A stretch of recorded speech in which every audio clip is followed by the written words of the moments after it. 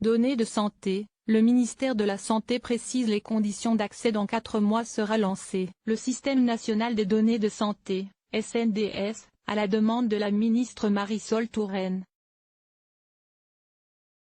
Alors que les conditions d'accès demeuraient floues, notamment les organismes qui pourront l'utiliser, 2 décrets en précisent les modalités.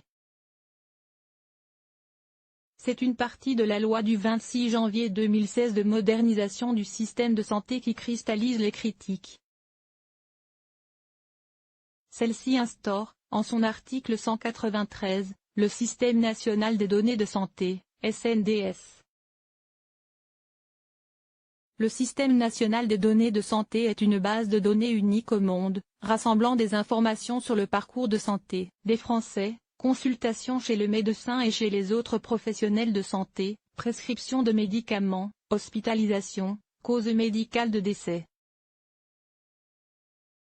Mais les conditions d'accès à ces informations sensibles étaient encore floues.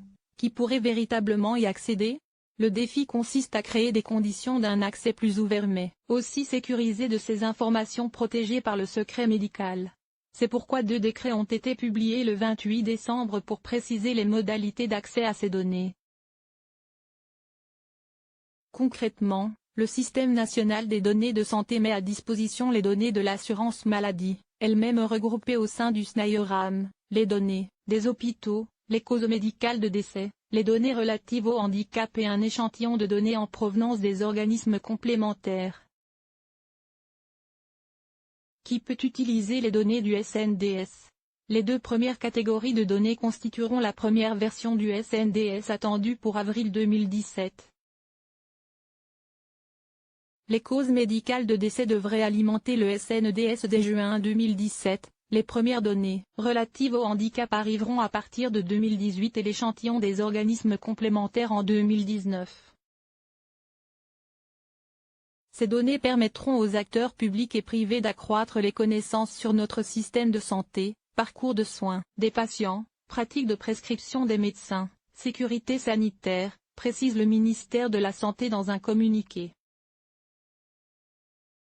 Les décrets identifient précisément les organismes qui pourront, dès avril 2017, y accéder.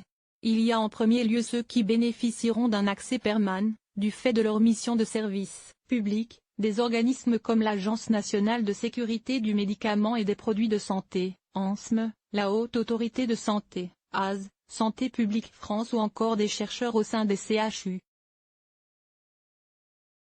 Vient ensuite le cas des autres organismes, publics ou privés, à but lucratif ou non lucratif. Il sera possible pour ces derniers d'accéder au SNDS sur autorisation de la Commission nationale de l'informatique et des libertés, CNIL. Un interlocuteur unique sera mis en place pour simplifier les démarches, l'Institut national des données de santé. Quid de la sécurité de ces informations? Ce dernier sera le point d'entrée unique des demandes d'accès, avec pour mission d'assurer un traitement des demandes conformément au cadre réglementaire, dans les délais définis par la loi, et d'accompagner les utilisateurs dans la prise en main des données, ajoute le ministère de la Santé. L'organisme sera en lien direct avec le comité d'expertise, serait chargé d'examiner les demandes afin de fournir un avis à la CNIL. L'accès des entreprises productrices de produits de santé et des assureurs en santé sera cependant plus fortement encadré. Ils devront passer par un organisme de recherche indépendant ou démontrer qu'ils n'utiliseront pas le SNDS pour des finalités interdites identifiées dans la loi. Les données de santé peuvent uniquement faire l'objet de traitements à des fins de recherche, d'études ou d'évaluation présentant un caractère d'intérêt public. Quant à la question de la confidentialité et de l'intégrité de ces données, les modalités d'accès seront encadrées par un référentiel strict de sécurité. Ainsi, les données constituant le SNDS seront pseudonymisées afin de préserver la vie privée des personnes. Aucun nom, prénom, adresse ni numéro de sécurité sociale n'y figurera. La loi prévoit également que toute utilisation doit être tracée en vue de contrôle a posteriori.